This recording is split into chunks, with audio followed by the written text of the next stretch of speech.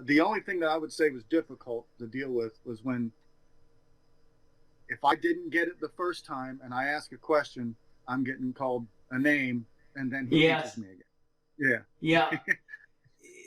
Can I tell you that I'm very similar to that, but I have learned something over the last 12 years that I didn't know before I started teaching federal contracts. And that's that people who go through my training are smarter than the average person down the street. And I mean that because it's one thing to be able to afford the $5,000. It's another thing to be able to travel to Austin, Texas and leave your business for 3 or 4 days and travel and all that kind of stuff. And dumb people can't usually do that. But what I've also learned is that smart people have certain assumptions in life about how things work. As an example, in this conversation, you're a sharp guy, and I kind of blew your mind on some things that you might have had preconceived notions on, but I may have changed your mind, okay? But I've also found that when you use sarcasm against somebody who's smart, it kind of makes them feel a little bit dumb, and smart people don't like that. So when you do use sarcasm to teach, it's like a bullet to the brain of information, and it never leaves their brain because they think about it more, smart people, when you teach with sarcasm. Yeah. Yeah, I see that. And so part of that sarcasm, part of that sarcasm is calling a smart person stupid, okay? And that's what he was doing to you, even though he may not have understood why. Aw. He passed away a couple years ago. And that gives a different perspective. I never thought of it that way. Yep.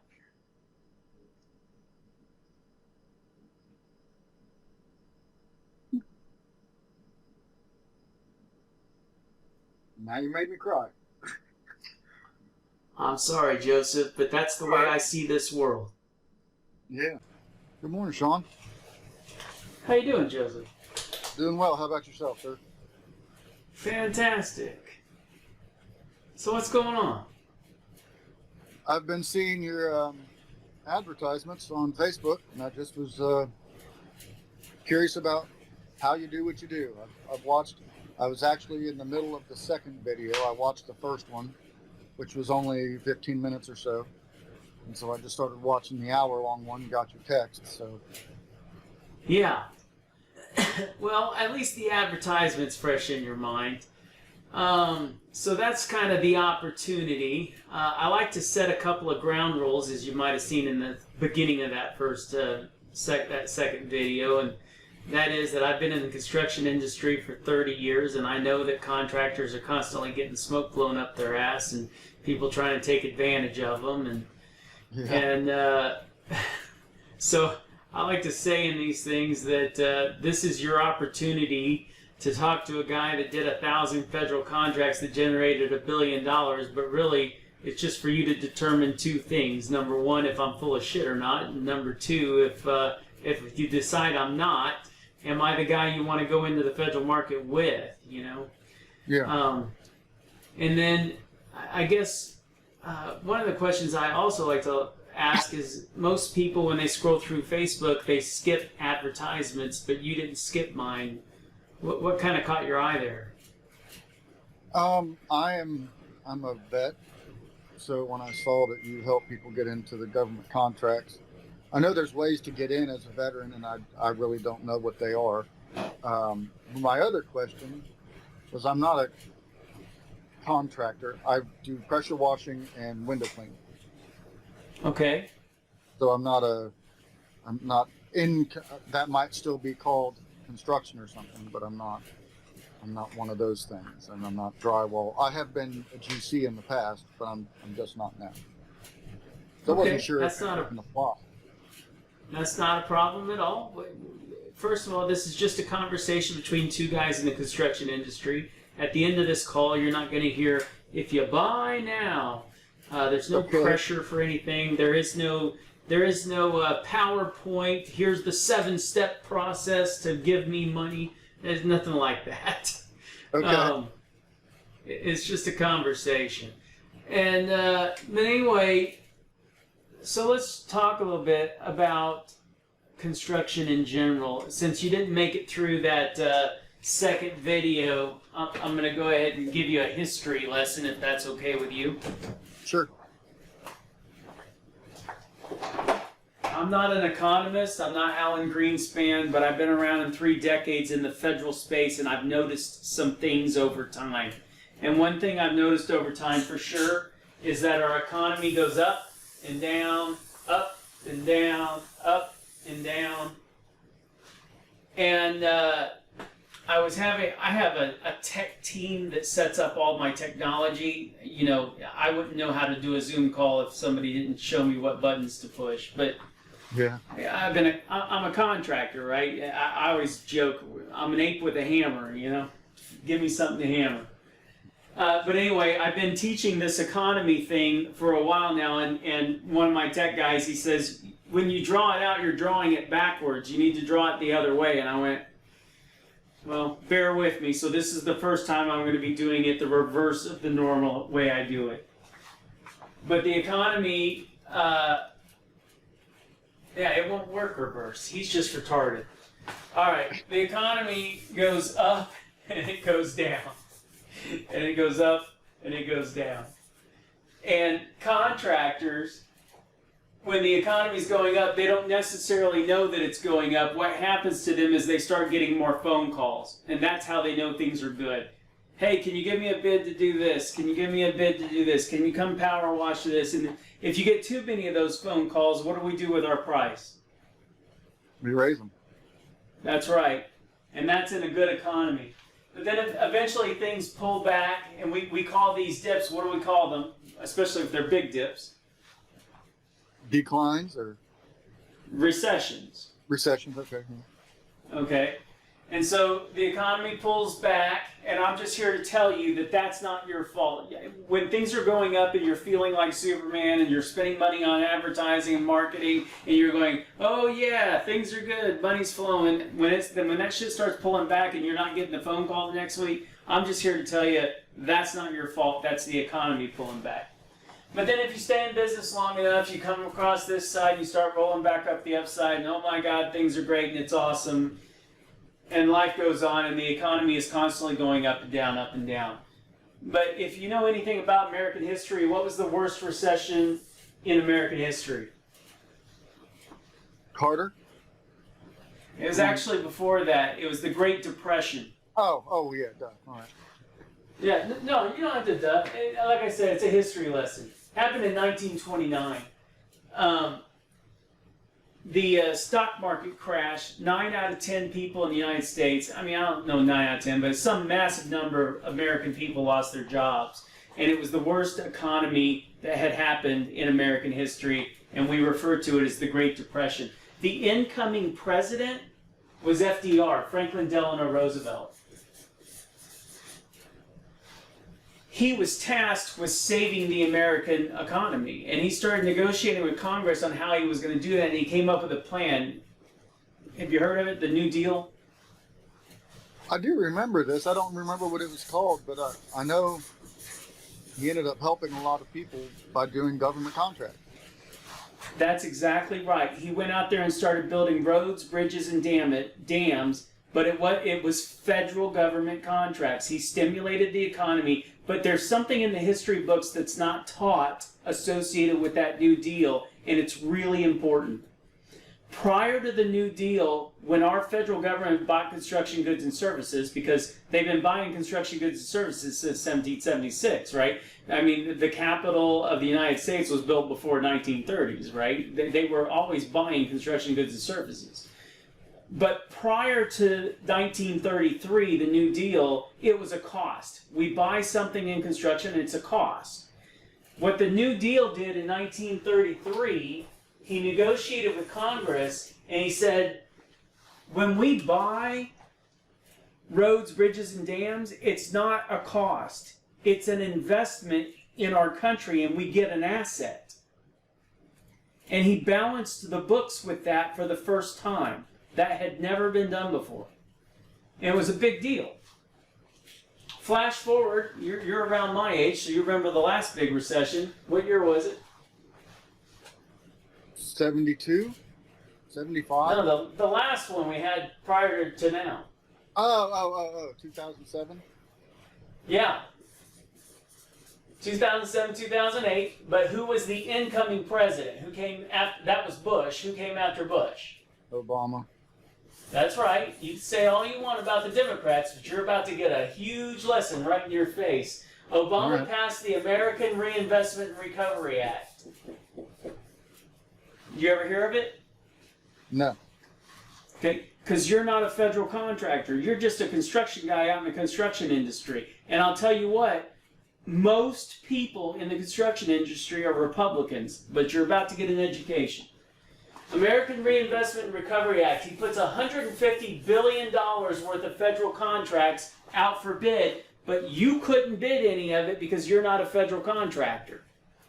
If you remember from the advertisement, how many federal contractors are there? 1 million? No, that was contractors. It was 25,000 registered federal contractors. It's smaller. Remember, it's 25,000 registered federal contractors. That's why the profits are so high in federal market. You got 1 million contractors out in the real world. Contractors like you, roofing contractors, general contractors, drywall guys, concrete guys, HVAC, electricians, that's the 1 million. But in registered, I can tell you exactly how many there are because it's listed at sam.gov. It's only 25,000 contractors. Okay? Wow. But here's the problem. Obama issues $150 billion and puts that on the street, but 25,000 registered federal contractors cannot do $150 billion worth of work. That's impossible. But what Obama was trying to do was what FDR did. He was trying to flood the federal market with federal contracts to put the country back to work. Okay? He was trying to stimulate the economy. It was FDR's playbook, and he was just making a play on it, but it didn't work because 25,000 contractors can't do $150 billion worth of work. So $47 billion that was marked for to stimulate the economy went back into the general fund because they couldn't, there was just too much meat on the bone. Okay? We came into the picture in 2010, and our mission, GCExperts, was, hey, let's raise the number of federal contractors. We'll teach guys like you how to go after federal contracts. Okay? So we were hoping that by the time the next time this recession happened, that there would be enough to eat the meat on the bone. That was the idea.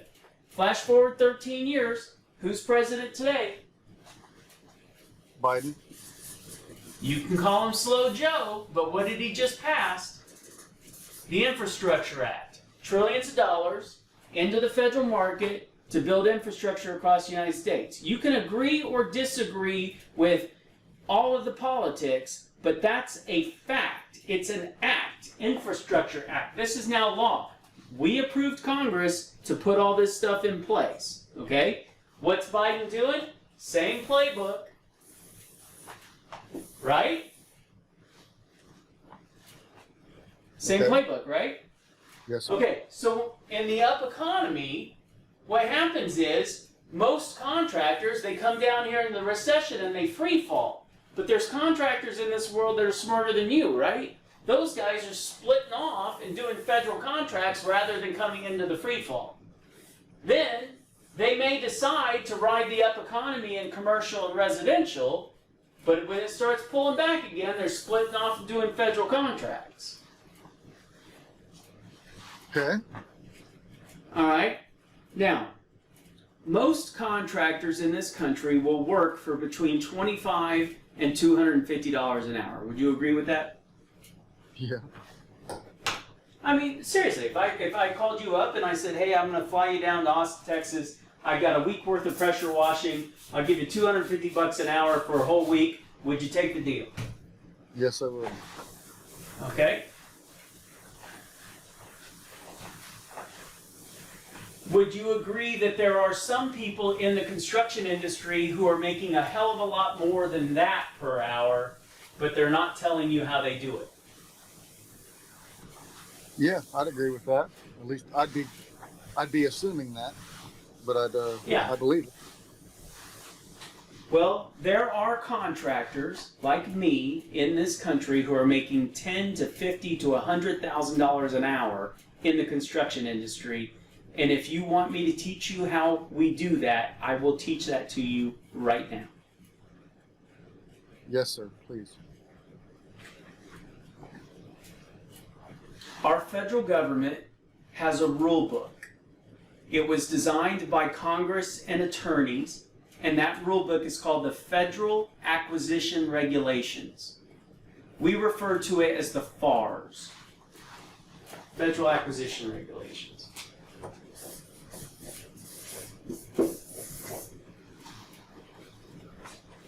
This rule book applies to Bureau of Land Management, Bureau of Indian Affairs, National Park Service, National Forest Service, IRS, CIA, FBI, Army, Navy, Coast Guard, Marines, Environmental Protection Agency, United States Post Office. All these agencies that have these million buildings across the United States, they all operate under one rule book, the Federal Acquisition Regulations. You and I are going to talk about one specific FAR. By the way, this is being recorded. You don't need to take notes, and I'll send you a copy of the recording. Oh, okay. Thank you. It's FAR 13.004A.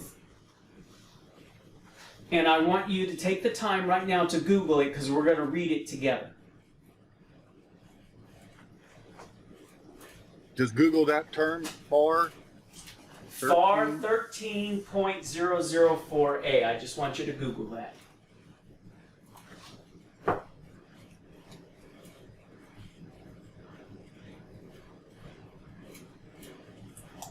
So, legal effect of quotation. Acquisition. Stop right there. That's right. Click on acquisition.gov so it pulls up that FAR, but it said legal effect of a quotation. That's the title. Now, the first thing, I can tell you're a smart guy and you're going to want to jump ahead, but if you allow me to just walk you through it step by step, I want it to really impact your life. Let's talk about you in the real world right now. If you go out down the street and you give 10 quotes, 100 quotes, or 1,000 quotes, is there anything legal about that, or are they just quotes? Yeah, they're legal, aren't they? Why wouldn't they be legal? But if someone says yes to that, I mean, I guess it's not legal until somebody signs it. There you go. It's just Okay. a quote. Okay? Yeah.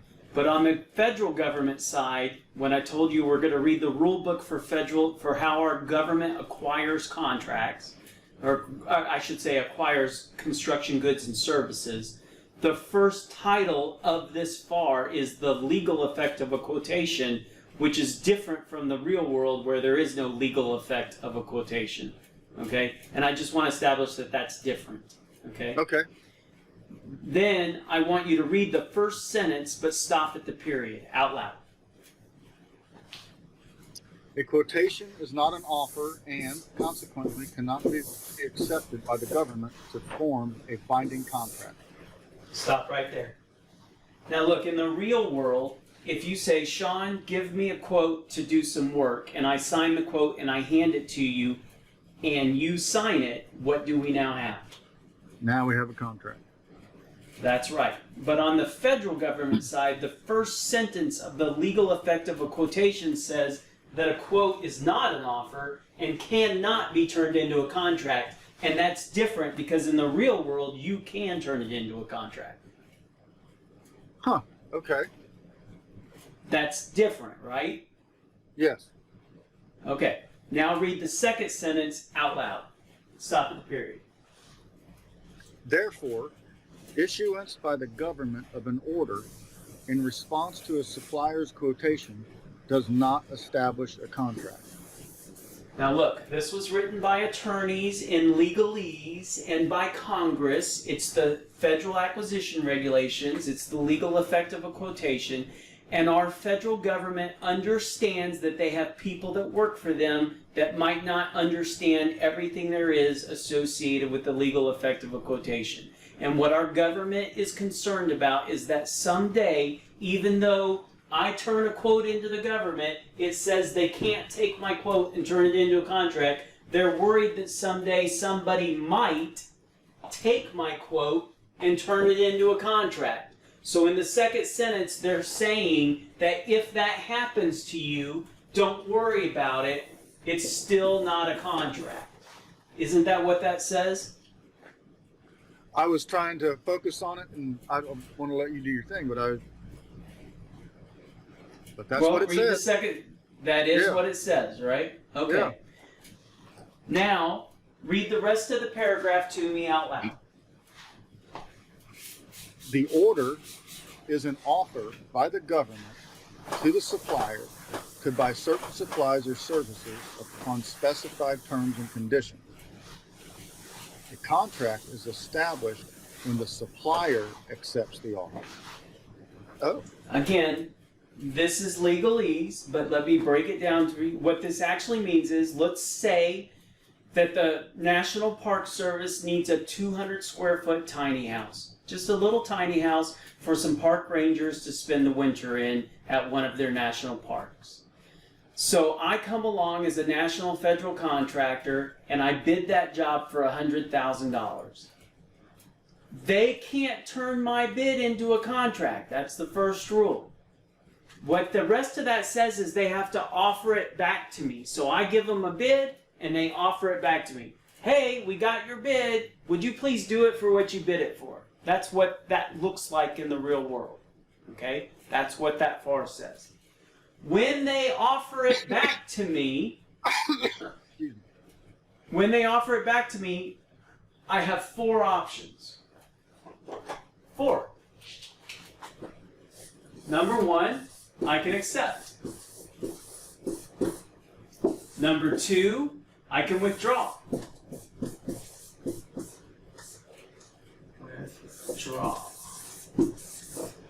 Number 3, I can negotiate. And number 4, I can stall for more time. Now, if you are the National Park Service and you need a 200 square foot tiny house built and you get a quote and you know you can't turn it into a contract, so you have to offer it back to the contractor, to the supplier of the quote, which one of these 4 options are you trying to get me to do? As the contractor or the park?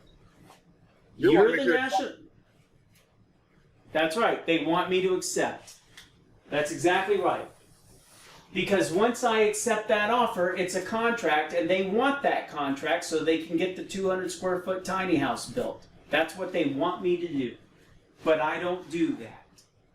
What I do is I stall.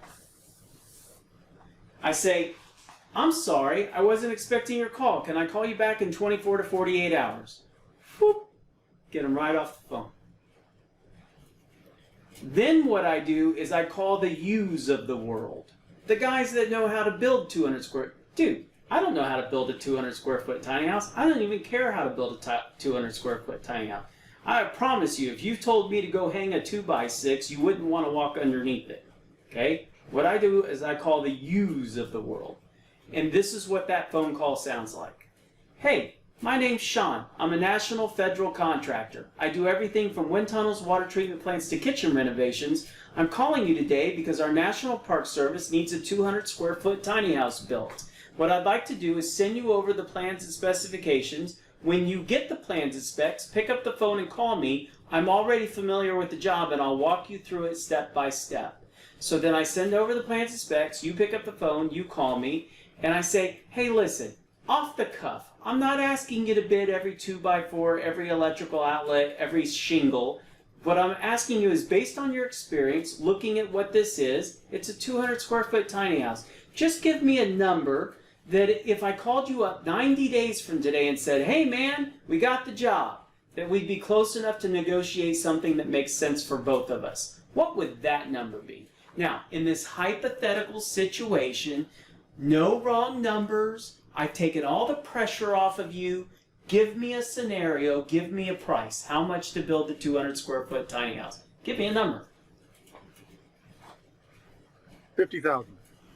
Okay, so I did the job for 100,000. The guy that knows how to build that shit is telling me 50,000. So I call the government up, I accept the deal, and now I make 50 grand for making a couple phone calls, and you're doing all the work. Give me another scenario. How much to build the 200 square foot tiny house?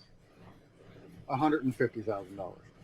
Holy shit, I turned my bid in for 100 grand. The guy that knows how to build this is telling me 150 grand. So I call the government up, I withdraw my bid, and I say, I'm sorry, we're too busy to take the work on right now. We'll catch you on the next one. Give me another scenario. 80,000. Probably still enough, you know, if I feel confident that the guy's going to do a good job after my conversation with him, I might still accept the job. I make $20,000 and he does all the work. That's getting close. Okay, 100,000. I turned my bid in for 100. He's telling me 100. I call the government and I negotiate and I say, hey, suppose I need to change my bid to 135,000. What happens next? I enter into negotiations.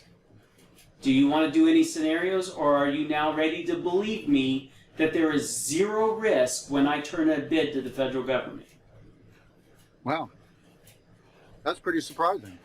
I had no idea. I believe you. Okay? No risk. They can't turn my bid into a contract, and I never accept the deal until I know what the spread is and I'm comfortable with it. That is how federal contractors are making tens of to $100,000 an hour of their time. Wow. These are the secrets that nobody tells you. Now listen.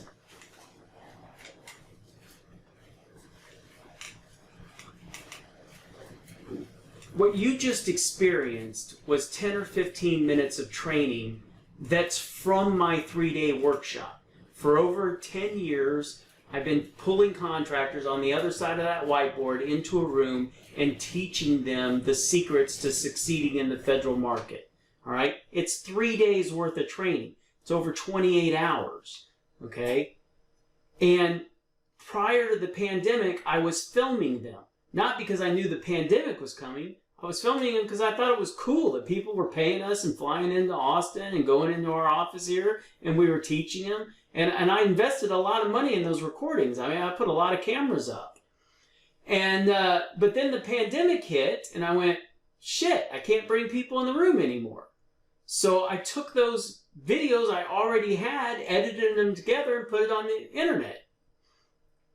Now people go through the training and they say, shit, Sean, the video training's better because I can pause it, I can take my kid to school, I can come back and hit play, I can rewind and what did he just say? And play it again.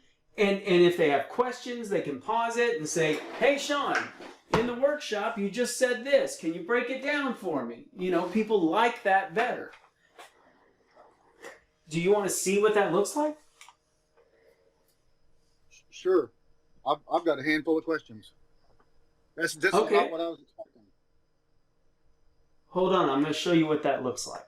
Okay, I got This is part of day 1 of the workshop. And then put the BIG over the opportunities. Big problems equal big opportunities.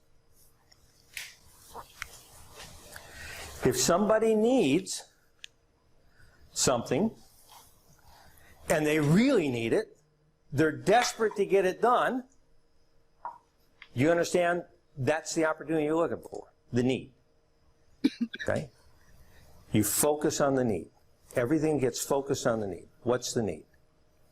Do you have a budget? Once I understand the need, I focus on it, I understand it, repeat it back to them. Is there anything else you want to elaborate on? Or anything else I should know? Okay, problems like that usually have a budget associated with it. Can you share that with me? You understand this is part of day 2 of the workshop. Fully understanding the So need. this is obviously he's going after number 2. Because these are the 2 choices. You're either going to get 100% of your contract amount and not have to do any of the work, or you're going to get a big fat change. So he sends in 25 grand as the change order price. Now, when he sent that, I told him one of two things are going to happen. Either you're going to get a big fat change order and make a lot of money, or you're going to get a termination for convenience. You understand, the government can terminate the contract for any time. But when they terminate the contract for convenience, what are you entitled to?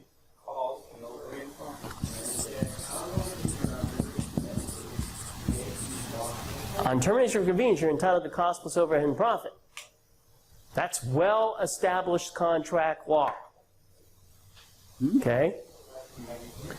So he sends in the $25,000 change order, and the government immediately, I mean within an hour, issued a termination for convenience. Now, when they issued the termination for convenience, it literally said, here's some part of day 3. Your contract is Do you hereby... remember me saying that the rule was if there's only one bidder, and that bidder is 15% or more above the government estimate, they cannot award the contract? Why does our government, in their infinite wisdom, have that rule? Anybody? Tax dollars money. Protects tax dollars, right? Because Sally, what's she trying to do? Get George's job done. He needs it. It's his money. He went and asked for it to fix his fish hatchery. It's sitting on her desk. He needs it done. It's not going to get done until she finds a contractor she can award it to. Does that make sense? Yes. Okay. So suddenly somebody turns in a bid for $1 million. It's only $100,000 worth of work, and they got all this money left over in the budget, and it's real easy to just, man, we can just push that money out the door. What this actually looks like in real life when you invest with me is this. This is what you're investing with. When you buy with me, this is what you get. Day 1 of the workshop is 10 hours. Day 2 of the workshop is 11 hours. Day 3 of the workshop is 7 hours. When it happened in real life, it was Wednesday, Thursday, and Friday.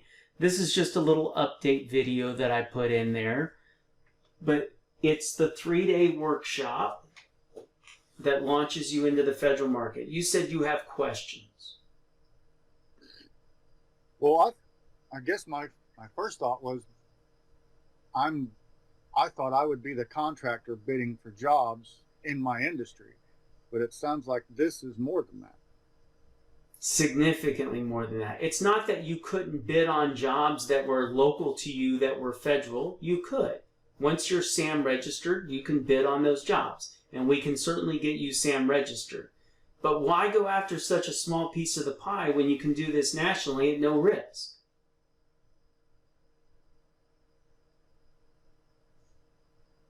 I guess I don't know. I don't know. I wasn't even expecting this. This is kind of, I'll say this has blown me away. So I don't nationally. Well, no risk. So then, do you also show people how to get find subs? Do you have, like, if I'm going to be acting as a GC? It's Joseph. It's a 3-day workshop. It's not a 3-hour workshop. Yeah, we cover everything that you could. It's the GCExperts. We're the only guys in the country that do this. So you also help people find contractors that are able to work on these, because I'm sure you can't just have any contractor. Do you also help people get, what did you just call it, SAM registered? Yes. Yep, that's what makes you a federal contractor, is your SAM registration. And I told my wife 10 years ago when we started, I said, look, I'm going to be bringing people into this industry, and they're going to have to be SAM registered. That's what makes you a federal contractor. There is no license. You don't need a contractor's license from a state or any bullshit like that. I've done hundreds of millions of dollars of federal contracts, and look me carefully, I have never had a license other than a driver's license of any kind. Okay? Okay. Huh.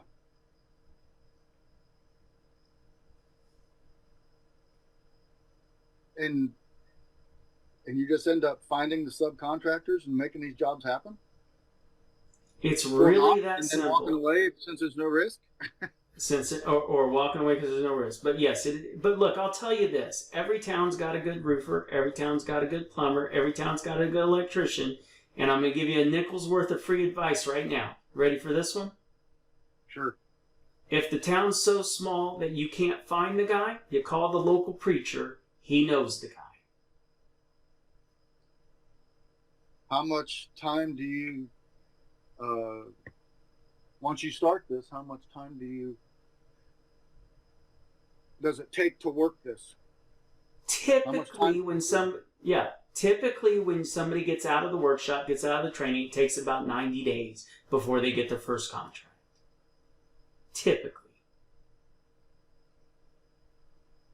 But when you get going, how much time freedom do you have after that? So, how much time did it take me to set up the 200 square foot time? Look, the first email you got from me should have said, "Welcome to the world of federal construction." Did you read that email? no, probably not. Okay. In that email, are you familiar with the word indisputable? Yeah. Okay. That means without reproach. That means nobody can argue that what I'm telling you is true. Okay. The reason I made you read that federal acquisition regulation is because I'm an evidence-based business. That wasn't my website you were reading that from. That was the government's legal website for the federal acquisition regulations. Everything that I say to somebody in these Zoom meetings is 100% Googleable and verifiable. Okay? In that first email that I sent you, I talked about a 3-ton air conditioner that we switched out up in Alaska. Not switched out, put in, brand new. Okay? In that email is the award document, the federal government award document. That is indisputable and without reproach. How much do you think a 3-ton air conditioner costs to install? Do you have one at your house? I would say probably close to $30,000. Okay, that's about twice the national average is your guess. Okay, the national average is really somewhere between 8 and 12. We paid 15, but in that first email, I sent you the federal award document. You want to know how much I sold it to the government for? Tell me. $107,000. And you got a contractor to do that for 15 or whatever. For 15 or whatever. And I never went to Alaska.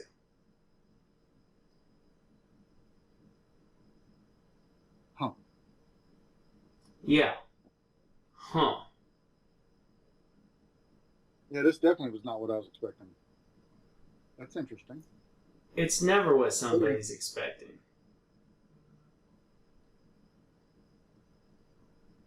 Okay. Was I at any risk for the bid that I turned in for 107? No. How long do you think it took me to come up with that number? 10 minutes? It took longer to fill out the paperwork than it did for me to come up with that number. And do you do this nationally? I mean, you're finding, I saw that in one of the videos that I was watching. You saw Bid Tracker. It was Bid Tracker.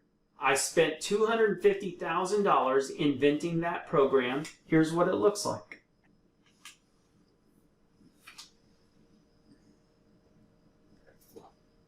These are all the jobs all across the country right now. There's 50 jobs per page. They're sorted by date, the date that they're due.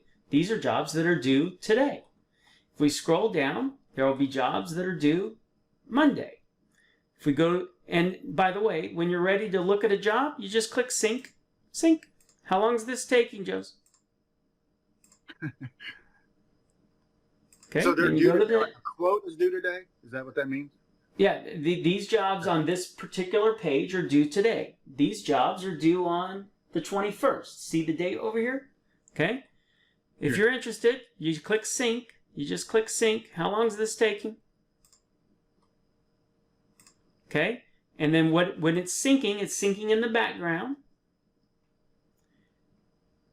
So right now you don't see any folders, but just watch. My hands are off. No magic tricks here. Watch what happens. Whoa, wow. Look at that. Okay, those folders are dates. You see it says 317 on the left and 321 on the right? Yes. Those are the dates that jobs are due. What's inside those folders? The jobs I clicked sync on. What's inside these folders? The files that you need to bid the job. So you just come over here, and if they've got plans, specifications, drawings, pictures, are you at any risk for any of those jobs that you turn in? No. How long did that take me to find some jobs and opportunities? Seconds. That's what you get when you invest $250,000 because the government website sucks dick.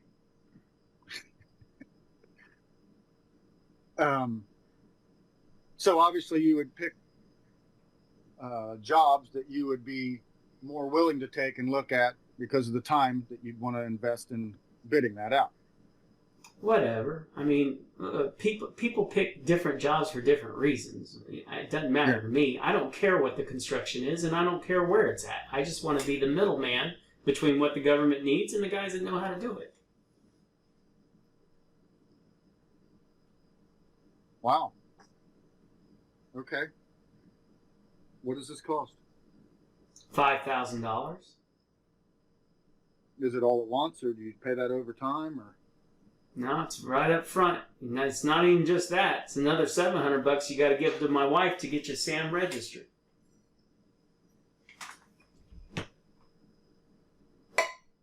But you'll make that in the first job easily. That's interesting. Look, the purpose of this conversation isn't, oh my God, let me sell you a workshop. It's only to determine two things. Because, look, I can't control your finances. I can't control if you've got $1 million in the bank or $5,000 in the bank. I can't control that shit. What I can control is you decide whether I'm full of shit or not. And if you decide I'm not, am I the guy you want to go into this market with? That's all that has to be determined in this conversation. I was here last year. I was here 10 years ago. God willing, I'll be here 10 years from now.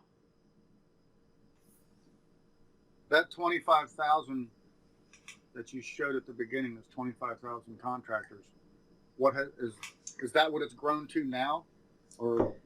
So that's an interesting question. And by the way, you're not the first person to ask that question. A guy, Patrick, I had a conversation with 3 weeks ago. He did invest in the workshop, by the way, and I've got a video of him talking about how great it was if you want to see it. But he did ask me that question. He said, Sean, I don't really care if it's 20,000 or 35,000, but I just want to double check you to see if you're full of shit on that $25,000 number. And I have to admit that I went to the source to look for it and I couldn't find it. So I got with my tech guy and I said, dude, this guy's asking me this question. We got to prove it to him. He said, give me a little bit. Well, it took him 12 hours, but he finally found it, and the number was 22,800. And if you want a link to that, I'm happy to give it to you because I'm an evidence-based guy, and you should be able to see the absolute some certain proof if you want to see that. So if you want to see that, I will send it to you. The answer is 22,782 or something like that. And those 22,000 people are the only people really competing for all this work? Correct. Wow.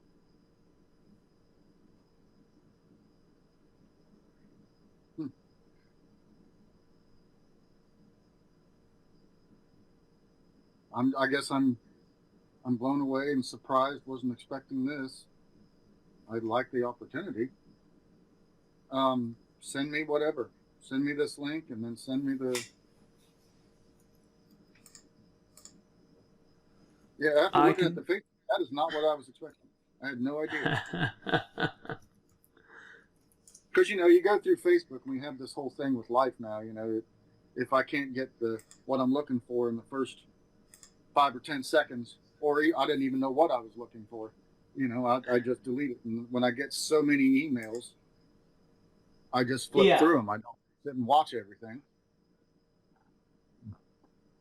Oh, I don't blame you. That's why it's one of the questions I asked in the beginning is normally people skip over shit like that. And what made you stop on me?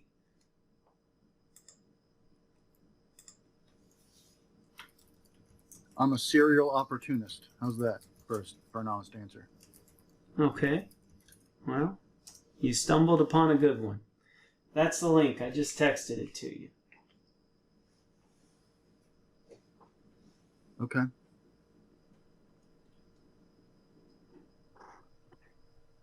So if I decide this is something I want to do I just text you? No, you just click that button, you pay me, and it instantly takes you. It looks like this. Let me show you what it looks like. I can open it. Well, but you can see my screen. You just click this button to add the SAM registration. And then when you invest here, it redirects you to this page.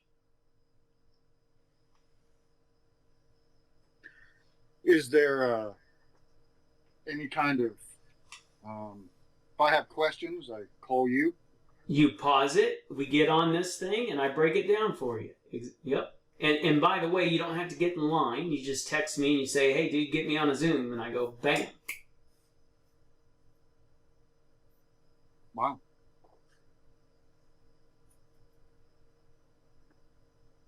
This is what I do. This is, I'm a one-trick pony, federal contracts. People don't call a guy like me to ask about the weather in Austin, Texas, because I don't give a shit, and they probably don't either. They call me to, get answers to questions in federal contracts. And by the way, we still have another 20 minutes scheduled here. If you have questions and you want to talk about federal contracts, you got a guy right in front of you who's done 1,000 of them, generated $1 billion worth of revenue. Fire away, man. There is no magic in this business. How many students do you currently have? What's that? How many students do you currently have? I've taught this workshop to about 110 people over the last 10 years. So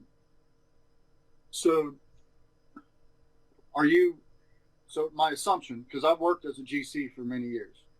Okay. Estimated all that, so I can, for the most part, I can come up with an idea. This is going to be a reasonable price for this. Someone tells me they want to get a. That's right. And so your concern is, what about the stuff that I don't know? And so on day 2 of the workshop, I teach how to bid any type of work, no matter what, indisputably. And I just guarantee you that if you feel like at the end of the 3 days that you go, holy shit, Sean, you're a quack, and you call me up and you tell me that, I will give you your money back, no questions asked, for any reason or no reason at all. But it takes 90 days to be able to, typically, on average, to make your first deal? On average. It depends on some things. So what it depends on is, are you turning in 1 bid a week, or are you turning 1 bid in a day? Okay? It depends on some things. I'm not one of these douchebags on the internet that says, get rich quick and this is how, or make your company recession proof or whatever, even though isn't doing federal contracts making your company recession proof? But I can't say that because nobody will stop on the ad. How many, so, I don't know, this is probably a difficult question to answer, but let's say it's a $100,000 job. It's building that tiny home. So It took you maybe 10 minutes or whatever to fill out the paperwork, fill it out, get the quote, come back, it get accepted, or you negotiate or whatever. So let's say that took you 4 hours. Now the job starts and something happens. How much interaction do you have with the contractor? Oh, as much as you want. But typically what I'm saying to him is something along the lines of, okay, so you said you can build this thing for $40,000. Suppose have you ever been paid more than what you asked for? That confuses people when I say that. Okay? Because, no, I'm in the construction industry. Nobody fucking pays me more than I ask for. Okay? I go, well, look, on this job, I'm going to give you $45,000, but here's what my expectation.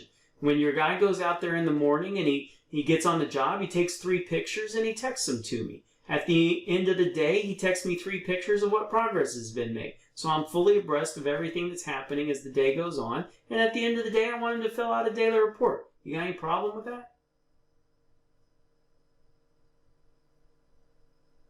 That makes sense. But look, I teach this in the workshop.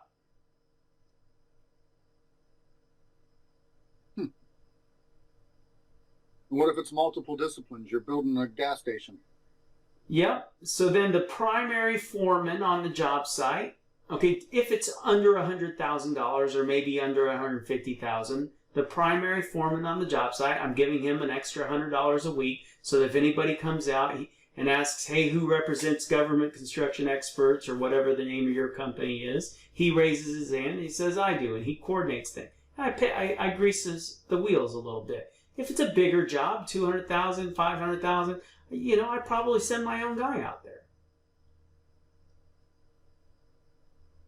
How often do you ever show up? When shit gets fucked up, I get called in. Are change orders ever an issue? Never an issue. The government's always got money for change orders, but we teach that in a workshop. I got a whole 2.5 hour section of that at the end of day 2, change orders.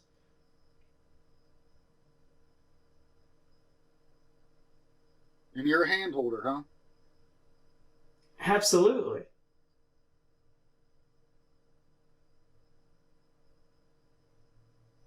Okay. I don't know whatever questions to ask at this point.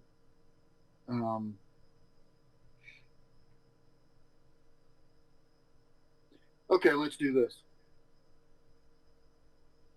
I do real estate investing, and I started another business doing pressure washing and window washing because I can get paid $100 to $150 an hour, or my company does, and I can hire people to do that work. It doesn't take brain to do most of that work. Just takes decent equipment. It's really a low overhead, high ticket price, and low cost type of business. Okay. I got into these two types of businesses because what I'm trying to do is build wealth and have a consistent income so I can do ministry. My calling is to be in ministry, to be able to go. I go to Africa. I wish you would have said that before I started mouthing off. Oh, whatever. I've been in the construction industry for years. It's okay. I appreciate that, though. So what I'm looking for is freedom. I'm looking to work maybe 20 hours a week. Okay. Is that how most of your students, is that how much they typically work? I'll tell you this, that you get 2 perspectives in the workshop. When you noticed I played those videos, you saw some footage of me and you saw some footage of my dad. Most of the workshop is my dad. So of the 28 hours, my part is probably about 11 hours, something like that. So a little more than a third of the workshop is me. Most of the workshop is my dad. But you get 2 perspectives because my dad and I operate differently. My dad, let's just say that my dad is probably more like you, and I'm an abrasive personality. In this world, I'm the kind of guy, I'm the bad cop. Okay? My dad's the good cop. I can't say things on Zoom and try to sound like my dad because it will sound disingenuous to people. They'll read that and go, this guy's full of shit. Okay? But I will tell you that my dad is a veteran of this country in the Vietnam War, that his dad is a veteran of World War II, and that his grandfather fought in the trenches of World War I in Europe. I never served this country. I have different beliefs than my dad, my grandfather, and my great-grandfather. Okay? But my dad is a patriot, and he comes at the government construction business from the perspective of, I want to help our government get through their construction goods and services needs so that they can get back on mission. Me, Sean Reitmeyer, I don't care about that. I care about being the middleman of demand, and I understand how to make money in federal contracts. I don't come at it from the perspective of altruism. Okay? But my dad does. I watched my dad sue the federal government 14 times in cases where he believed our government was screwing a contractor over. Okay? He didn't hire an attorney. He went and did it himself. I watched him tear up in front of a judge explaining how it's just not fair for the government to be doing what it was doing to a contractor. He really cares. I don't. Okay? And so you get two perspectives. One perspective from my dad is, here's how to build a $100 million a year company if you want to. My perspective in the workshop is, here's how to make $25,000 a month free and clear working 4 hours a week. Whether you decide to go my path or go my dad's path, or a hybrid of the two, it's up to you, the viewer.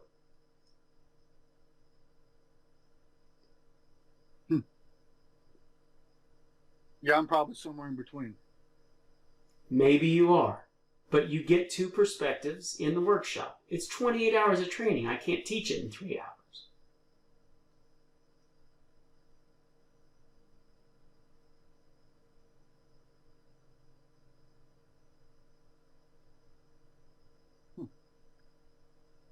So the jobs that are out there, are they all, I mean, they vary, I'm sure. Some of them are $5,000 jobs, and some of them can be $1 million jobs, right? They're all over the place. We don't tell the government how to spend their money.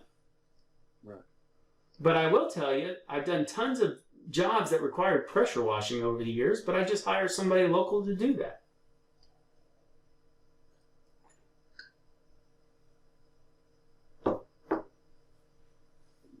Okay. I guess I don't have any other questions right now.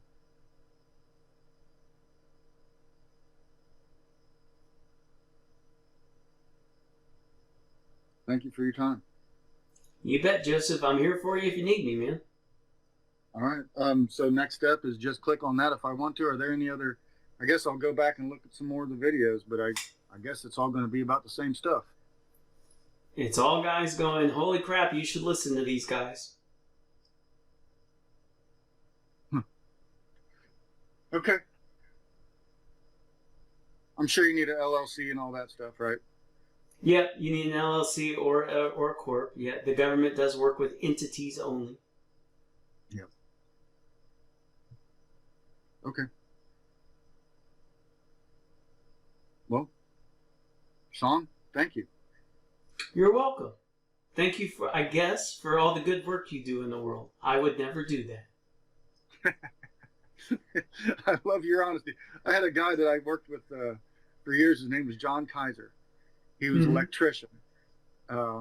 Really smart guy.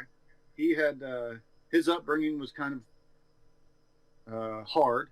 He became a drug dealer, very violent person, ended up going to jail. And when he ended up getting out of jail, I guess he got trained to be an electrician. And he was a very abrasive individual. I loved him. I mean, we were actually very good friends, but you could tell that, I mean, not you could tell, but when you're with him, you know you're getting exactly John Kaiser. He's never going to give you, you're never going to get anything different. He's never hiding behind anything. He's not hiding himself from you. He's going to, if there's a breath, there's an F-bomb. But he was also brutally honest all of the time. Yep. So it never really mattered what he did. And he was, the only thing that I would say was difficult to deal with was when, if I didn't get it the first time and I ask a question, I'm getting called a name, and then he teaches me again. Yeah. Yeah. Can I tell you that I'm very similar to that, but I have learned something over the last 12 years that I didn't know before I started teaching federal contracts. And that's that people who go through my training are smarter than the average person down the street. And I mean that because it's one thing to be able to afford the $5,000. It's another thing to be able to travel to Austin, Texas and leave your business for 3 or 4 days and travel and all that kind of stuff. And dumb people can't usually do that. But what I've also learned is that smart people have certain assumptions in life about how things work. As an example, in this conversation, you're a sharp guy, and I kind of blew your mind on some things that you might have had preconceived notions on, but I may have changed your mind. Okay? But I've also found that when you use sarcasm against somebody who's smart, it kind of makes them feel a little bit dumb, and smart people don't like that. So when you do use sarcasm to teach, it's like a bullet to the brain of information, and it never leaves their brain because they think about it more, smart people, when you teach with sarcasm. Yeah. Yeah, I see that. And And so part of that you're, sarcasm, part of that sarcasm is calling a smart person stupid. Okay? And that's what he was doing to you, even though he may not have understood why. aw, he passed away a couple years ago, and that gives a different perspective. I never thought of it that way. Yep.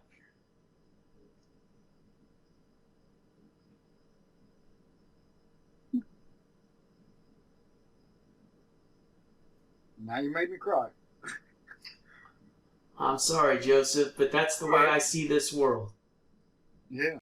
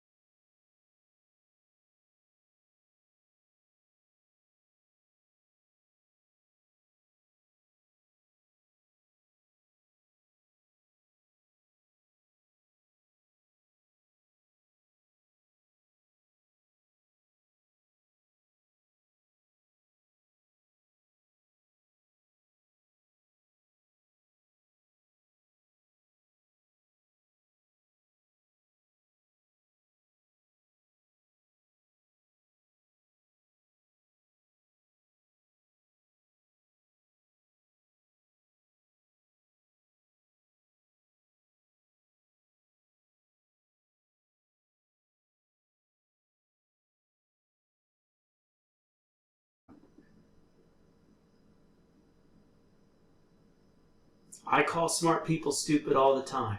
I'm not doing it to make them feel bad. I got you. You even look like him. And you should take offense to that. I love it. I hope he had a good haircut like me. It was the same. Yeah, it was exactly the same. Do you drive you have a Harley? I do not. Oh. No, I got a Prius. Quite the opposite. Gotcha. All right. Well, Sean, again, thank you for your time. Thank you for opening my eyes to this opportunity. It's not what I was expecting. All right. I'm here for you if you need me, Joseph. Thanks, Sean. Hope Bye-bye. you have a good weekend, bud. Bye. You too. I get the recording device, I get the phone, what's the duct tape for?